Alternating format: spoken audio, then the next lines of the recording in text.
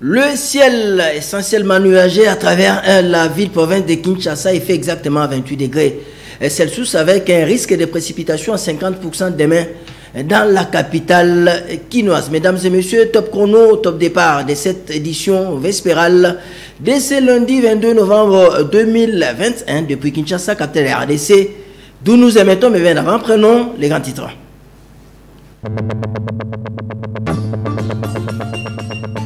Le Premier ministre Jean-Michel Sama Lukonde Kyenge s'est entretenu ce lundi 22 novembre 2021 à la primature avec une délégation du Centre africain d'études et de recherches sur le terrorisme KRT en sigle.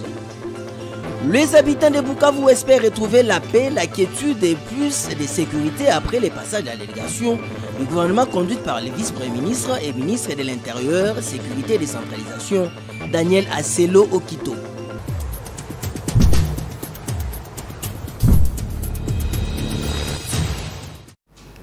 Voilà, comme l'indique une partie de ses sommaires tout à l'heure dans son cabinet de travail, le Premier ministre, chef de l'exécutif national, Jean-Michel Sama Lukonde Kyenge a échangé avec une délégation du Centre d'études et de stratégies sur les terrorismes.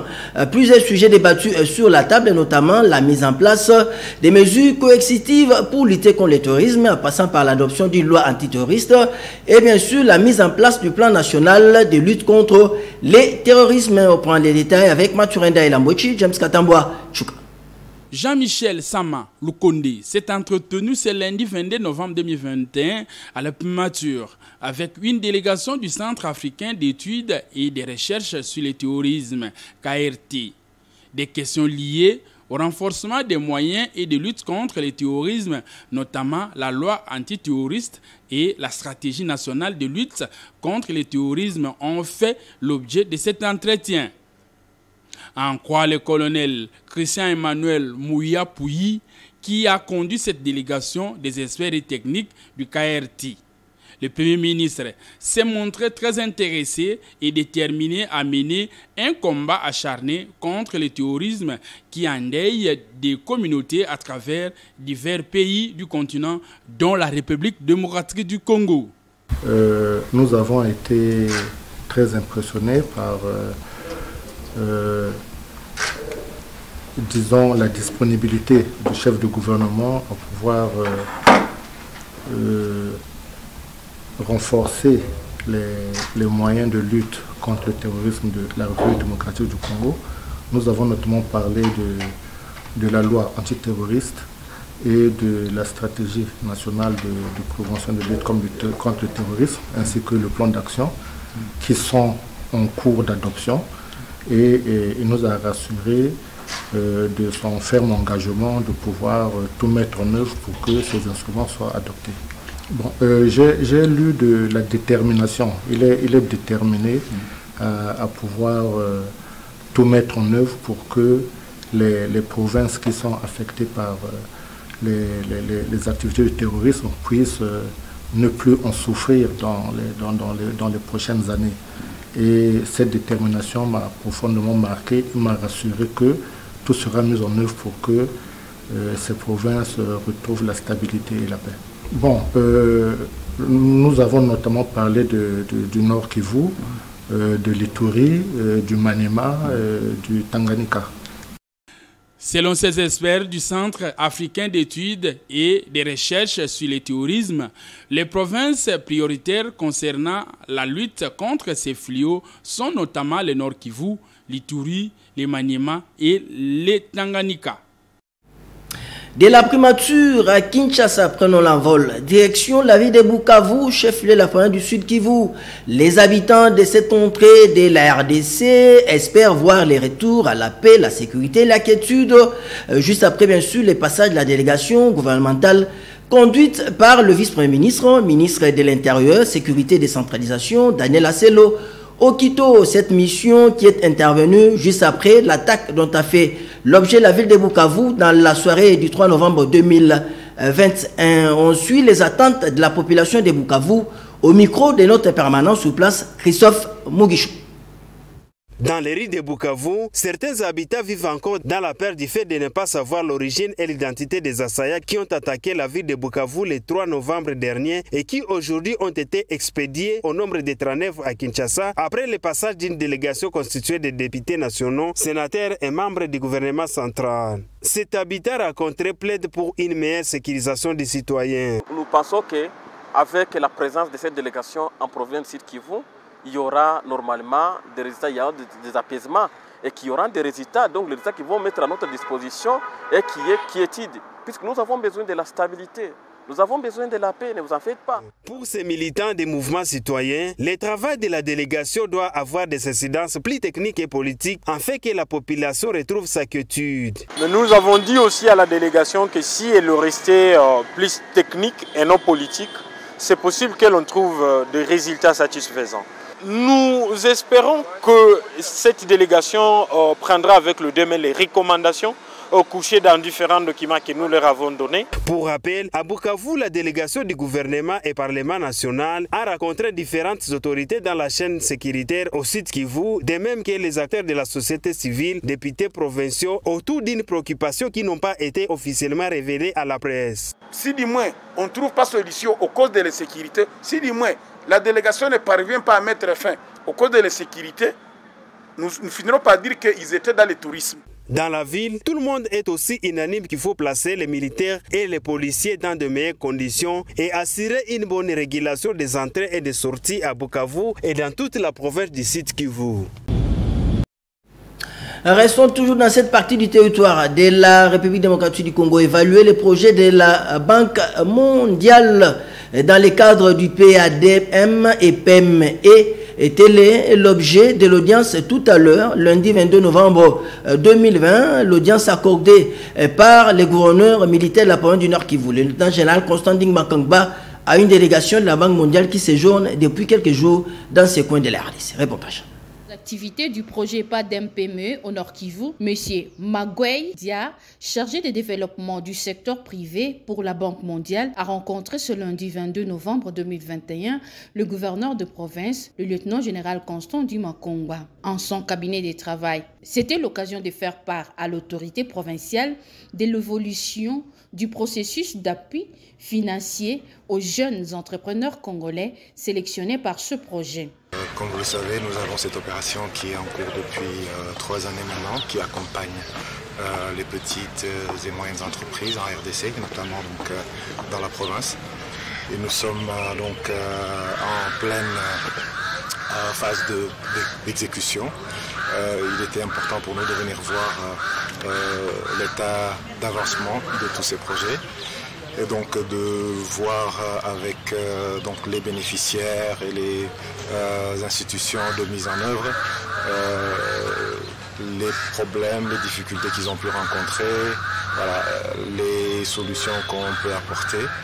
Et également commencer à toucher du doigt les premiers succès, parce que oui, il y a déjà des premiers résultats qu'on commence à observer sur le terrain.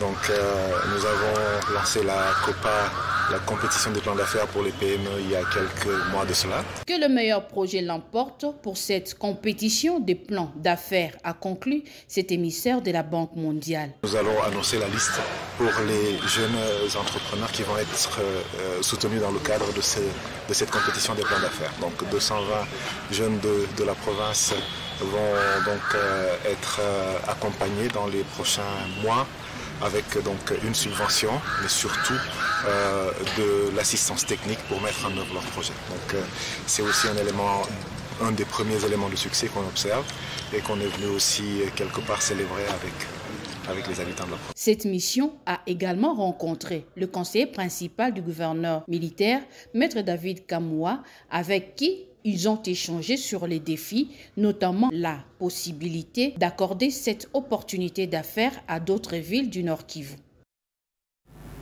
Une folle rumeur a circulé sur la toile sur une prétendue attaque des forces négatives dans la ville de Bunia, chef-lieu de la province de l'Ituri. Aussitôt informé, le gouverneur militaire de la province de l'Ituri, le lieutenant général Kanchama Luboya Johnny, a réagi tout en mettant en garde toutes les forces négatives qui écument cette partie du territoire de la RDC. On suit ces propos au micro de la cellule de communication du gouvernorat militaire. En fait, ce qu'on voudrait ici à Bunia, c'est que les événements tels que ça s'est passé à Bukavu et ailleurs se passent ici aussi. Et donc, on est en train de créer artificiellement une psychose de sorte que cette population, ou de permettre, n'est-ce pas, à ces hors-la-loi d'entrer dans la ville. Donc, je dis à la population que nos troupes sont en alerte, nous sommes présents, nous ne dormons pas et nous sommes prêts à les protéger. Donc, ils peuvent être calmes. Si ces hors-la-loi pensent qu'ils peuvent entrer, qu'ils entrent, ils vont voir ce que nous allons faire. Pourquoi pas tous ces jours ici, ils sont libres. Je crois que vous vous promenez la nuit. Ils ne respectent même pas le couvre-feu. Donc, ils sont libres, ils se promènent partout. Sauf que c'est une psychose qu'on voudrait installer ici pour permettre à l'ennemi d'entrer dans la ville. Mais ça ne sera pas possible. Et s'ils entrent, ils vont voir comment nous allons réagir. Je vais vous dire ce qui s'est passé hier. J'ai appelé quelques opérateurs économiques ici. Je leur ai demandé pourquoi ils ont fermé. Ils m'ont répondu carrément. Ils m'ont dit, voilà, nous avons fermé parce que nous avons peur qu'on nous envoie le lendemain des Codeco. Donc, l'UNADI, qui est une plateforme qui regroupe toutes les communautés, décrète, n'est-ce pas, 48 heures de villes mortes. Et ces villes mortes ont été créées pourquoi? Parce que tout simplement, il y a des milices, des communautés qui sont en train de tuer leurs propres frères. C'est ça la vérité. Est-ce qu'aujourd'hui, parce que les gens ont maintenant l'habitude d'exposer les pancartes pour donner le chiffre de morts, est-ce que nous pouvons aussi dire par exemple que voilà, Codeco, milice, Lendou, combien ils ont tué? S'ils veulent être honnêtes. Zahir, milice, Emma, combien ils ont tué? FPIC, milice, Bira, combien ils ont tué? Et ADF, qu'on mette ça pour être plus sincère et pour être correct. Moi, je pense qu'ils ne peuvent pas punir cette population deux fois. C'est eux qui regroupent les communautés. C'est à eux de dire à leurs enfants d'arrêter. Qu'est-ce que les gens ont à faire? Ils ont perdu, ils n'avaient rien. Le prix du carburant a grimpé parce que les stations sont fermées. Alors, à qui ça profite? Je vais vous dire qu'une semaine après l'état de siège, une semaine seulement, ils disaient déjà que ça a échoué. Une semaine seulement après. Aujourd'hui, nous sommes dans la deuxième phase où nous les avons chassés de leur centre d'intérêt. Les mines où ils étaient, les routes nationales où ils étaient en train d'extorquer. Maintenant, c'est presque un chantage qu'ils sont en train de faire. Ils passent dans les interlignes pour aller s'attaquer à la paisible citoyen pour que nous, on relâche les taux et qu'on les laisse encore rentrer, protéger les Chinois ou avoir de l'or à côté des Chinois. Ça, on ne peut pas faire. On ne peut pas faire. Ça, c'est impossible. Non, quel cessez-le-feu? Non, non, non, non, non. Nous allons continuer avec les opérations. Que ce soit les Codeco, que ce soit le FPIC, que ce soit les Zahir, les milices Zahir, ainsi de suite. S'ils veulent, nous sommes ouverts, ils peuvent venir, ils peuvent déposer les armes. Nous allons chercher les moyens avant le PDDRCS. Nous allons chercher les moyens pour les encadrer. Pointré, ils sont en train de tuer qui ici? Tous ces gens-là, ils tuent les Congolais, leurs propres frères. Les Codeco, ils tuent qui? Le FPIC tue qui? Leurs propres frères. Alors, ils veulent que nous, on vienne les supplier. Non, monsieur, arrêtez. Voilà, retour ici à Kinshasa, nous prenons la nationale numéro 1, direction à l'ex-Bandundu, dans la partie ouest de la République démocratique du Congo. Démolition dans la nuit du dimanche à lundi au petit village Nkole Zoba. Là, nous sommes dans la ville d'Inongo, dans la province de Maïndombe. Des personnes non notamment identifiées ont tout simplement démoli une vingtaine de kiosques dans ces lieux de négoce. Selon certaines sources, lors de leur sale besogne, ces bandits ont affirmé avoir été envoyés par une autorité de la place. De plus en plus de détails avec notre permanent sur place, Armand Minimio. Ici, nous sommes à l'entrée du petit marché qui se trouve au port Nkole Zoba, au quartier Mpongonzoli, dans la commune qui porte le même nom. Comme les images l'illustrent bien, les kiosques qui se trouvaient dans ces lieux de négoce ont été démolis par un groupuscule de délinquants non autrement identifiés. Selon les tenanciers de ces étalages, cette démolition est intervenue la nuit de dimanche à lundi par une bande d'inciviques qui ont exécuté, selon eux, les mots d'ordre d'une autorité de la place. Ils regrettent du fait que leurs kiosques ont été démolis sans avertissement, mais aussi et surtout par des personnes non à l'uniforme qui ont démoli leurs étalages. Ne sachant pas à quel sens c'est voué, ces marchands n'ont pas hésité d'exprimer leur indignation. Regrettable, c'est regrettable. Biso toye awa to évite que tout ça na kati ya mboka na biso, tout ça na Congo. Mais toujours recruté dans le sens que à la grande surprise, nous avons okuta ba bandi moko bo bazoya awa na butu. Pas même police bandi bae awa. Là, ma machette, ma bende, nini, buki sur ma maison, sans pour autant dire quelque chose. Ça y est, peut-être qu'ils pas si ma cache. Tous les bâtés, ni les autres. Net à mito bloc est belé bungi. Bloc est belé bungi. Avertissement, te appel, te mukanda, te et l'eau à mon côté. Bakoti kande bakoti wana. Babandi ko buka na ma bende, na babilo ko modèle na modèle. Donc, ils a pas si mingi. Ah, ils là qui donc. Nzamba sali ngolu nde muto akufi te nini te bangoka bongo mais loko sali ata moko te ye moko bourgmestre amonani te muto autorité ta moko jusque là amonani te soki banani yango tozoyeba batongo mpe te bacivile après kokanga na biso 15 tokanga ba ero tokangi tokei na ba 17h nde baye kosala eloko toakola na 18h babukibuki déjà bato yango tebai bango te oko bacivile te abi yayebi eloko te abi azomona abi yayebi eloko moko te o basali regle eza fale baavertir biso d'abord liboso soki eza place ya kotekande batekelaki biso sifale bazi tolongwa fo avertir biso bolongwa après 2 jours bolongwa tokende boye ube totindi bino boye ka mbala moko boye sanke na baavertissement te ka badola butu boya batelefone komode o bacivile mo bayawa baye kobebisa bamesa ya Contacté, le bourgmestre de la commune d'Mpongonzoli, M. Aimé Kabengele Nkole, s'est dit ne pas connaître l'origine de cet acte décevant. Dans ce même chapitre, tous nos efforts fournis pour joindre les maires de la ville d'Inongo sont restés. Voilà, on prend la même nationale numéro 1, cette fois-ci dans le sens contraire, retour à Kinshasa. La rédaction, nos deux reporters, Adèle Bissosila et Patrick Popol Zakwaou, sont allés ce dimanche 21 novembre 2021 à l'église Sainte-Rita dans la commune de Mongafula, où les fidèles catholiques de cette paroisse ont célébré la fête de la solennité du Christ, roi de l'univers. Christ, roi de l'univers, cette solennité est célébrée avec faste à l'église catholique romaine. Ici, à la paroisse Sainte-Rita à Mongafula, les chrétiens sont venus nombreux chanter, louer et adorer Jésus, qui n'est pas roi à la manière de roi de la terre. Dans son homélie, le père Obed Fedon de Saint-Vincent de Paul a exhorté l'Assemblée en se référant à l'évangile de Jean, tiré au chapitre 18 du 33 au 37e verset, où est repris « Nous devons marcher comme des imitateurs du Christ ». Le Christ sera appelé le roi de paix. Et cette paix, personne ne pourra nous la lever tant que nous sommes dans la vérité. Quoi que les gens disent sur nous, lorsque nous savons que nous sommes dans la vérité, voilà ce qui doit faire l'objet de notre paix. Parce que cette paix, le Christ ne nous la donne pas à la manière du monde qui peut nous la donner puis la reprendre, mais la paix que le Christ nous donne est une paix définitive. En guise de cette solennité, la chorale Christ roi de cette paroisse Sainte-Rita a exécuté un chant d'action de grâce en l'honneur de son saint patron.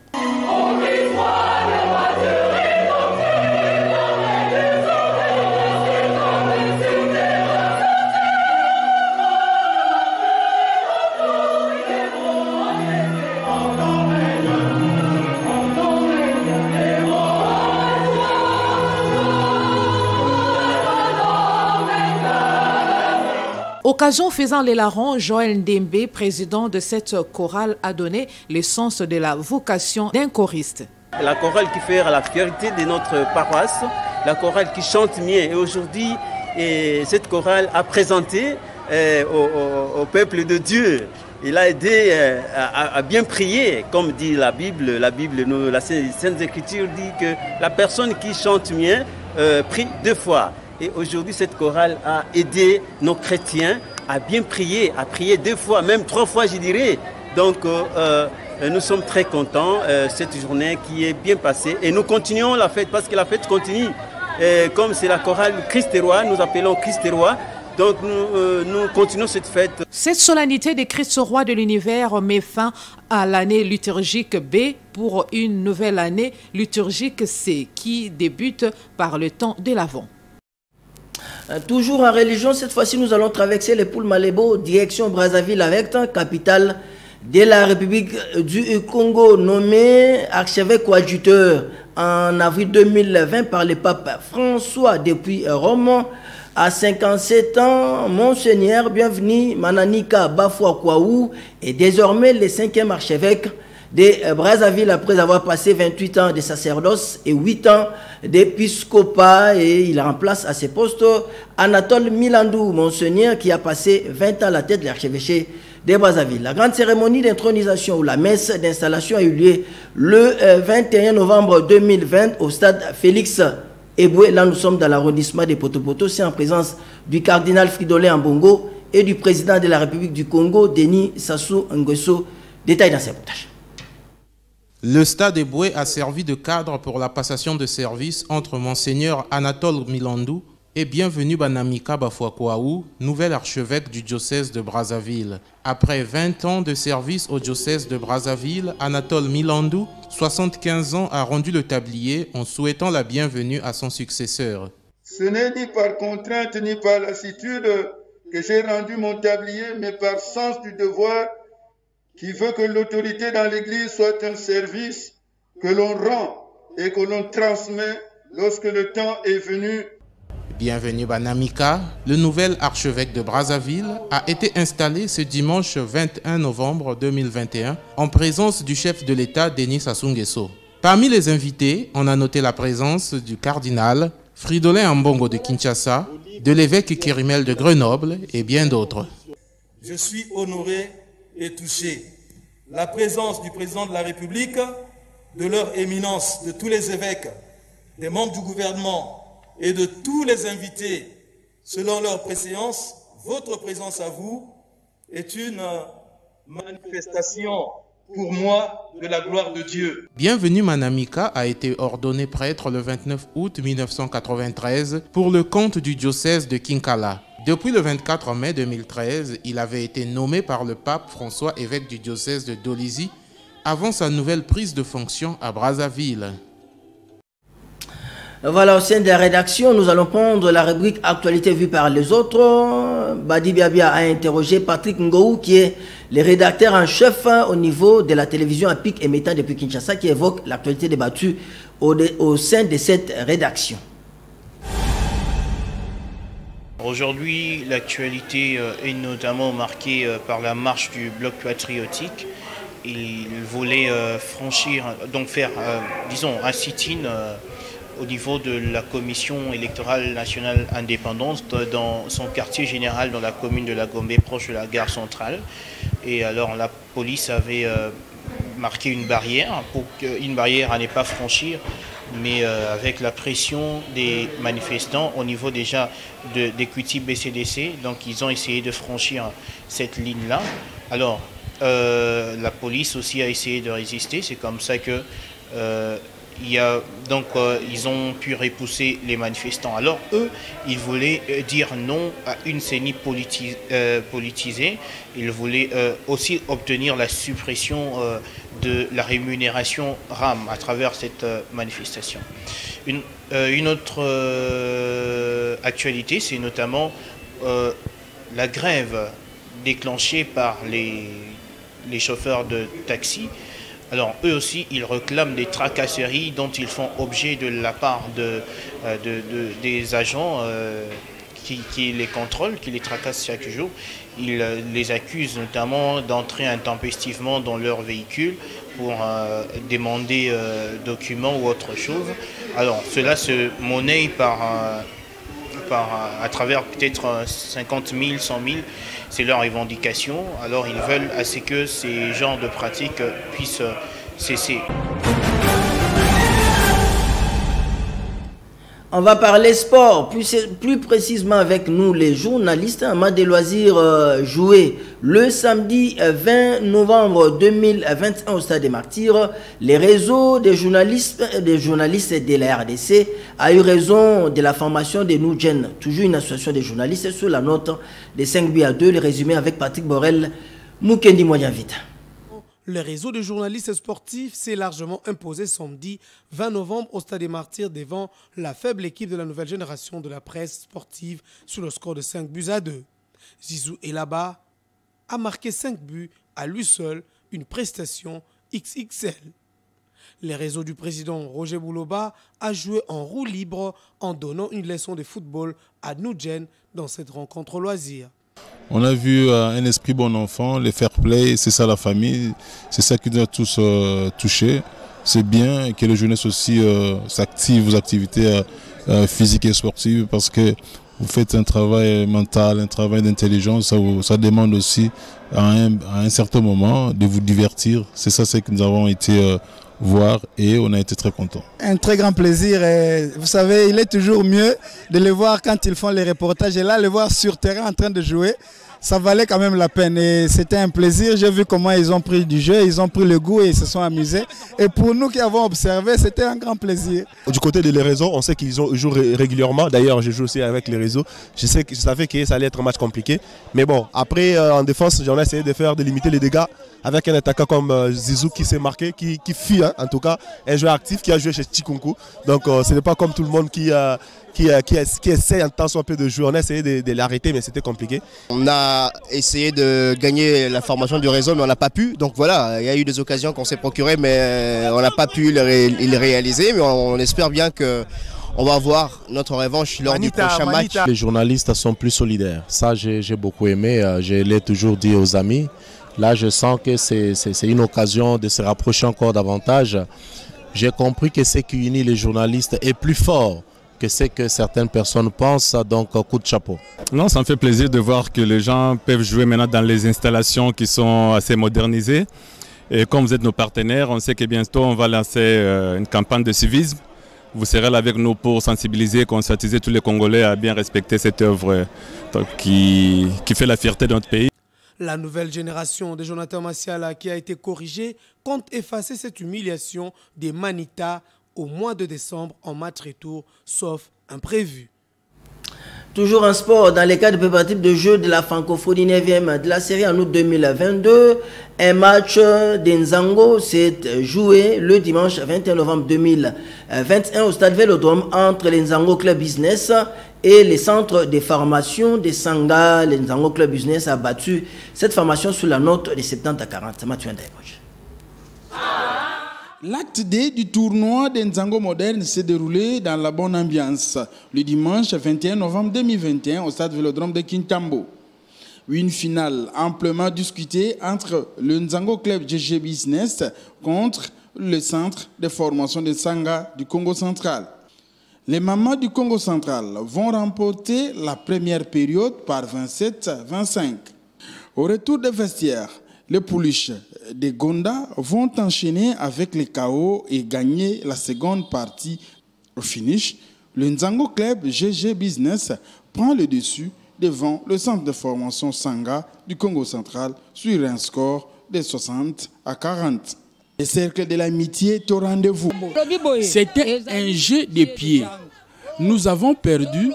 Ce n'est pas la fin du monde. Nous allons nous ressaisir lors des rencontres de retour que nous allons jouer chez nous en Tsanga.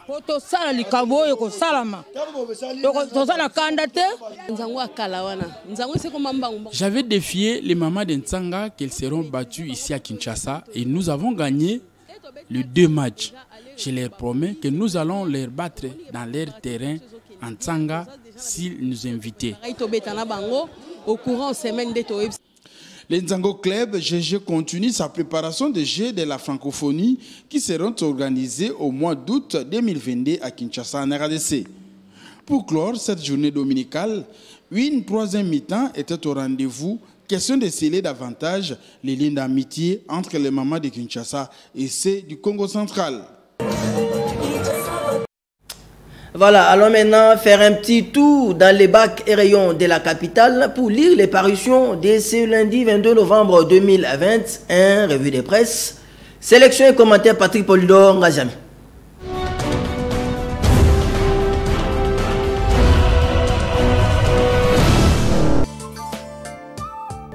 Le dossier est sur la toile depuis la semaine dernière et en ce début de semaine, la plupart des journaux en font leur manchette. Il s'agit du rapport Congo Hold-up, œuvre de quelques structures de presse dont la BBC et RFI. Ce document, rapporte le manager Grognon, porte un index accusateur sur l'ex-président Joseph Kabila. Et pourtant, poursuit-il, à bien scruter ce rapport, il transparaît que l'image et le nom du président de la République honoraire sont cités abusivement comme produit d'appel pour tenter de crédibiliser cette démarche médiatique. Et c'est pour cette raison que le journal satirique parle d'un chiffon contre Joseph Kabila. De quoi s'agit-il au juste? Avec la tempête des tropiques, l'on apprend qu'il s'agit des résultats d'une enquête intitulée Congo Hold-up, menée par 19 médias partenaires associés au consortium européen EIC et de 5 ONG spécialisées et qui révèle un présumé détournement de 138 millions de dollars américains entre 2001 et 2013 par le pouvoir en place. Congo Hold Up pointe parmi les principaux responsables présumés de ces détournements des membres de la famille de Joseph Kabila et certains de ses associés les plus proches.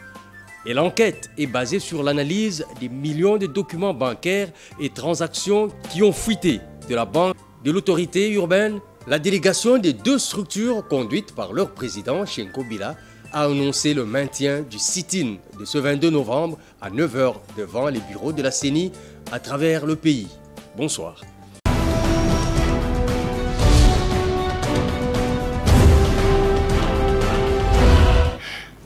Voilà cette balade de la revue de presse signée Patrick Polidor Ngazami met fin à cette édition de la soirée inaugurale de cette semaine en termes d'information. Mais bien avant, on prend les rappels des titres. Le Premier ministre Jean-Michel Samalou Kondé Kyenge s'est entretenu ce lundi 22 novembre 2021 à la primature avec une délégation du Centre africain d'études et de recherches sur le terrorisme, KRT en sigle. Les habitants de Bukavu espèrent retrouver la paix, la quiétude et plus de sécurité après le passage de la délégation du gouvernement conduite par le vice-premier ministre et ministre de l'Intérieur, Sécurité et Décentralisation, Daniel Asselo Okito.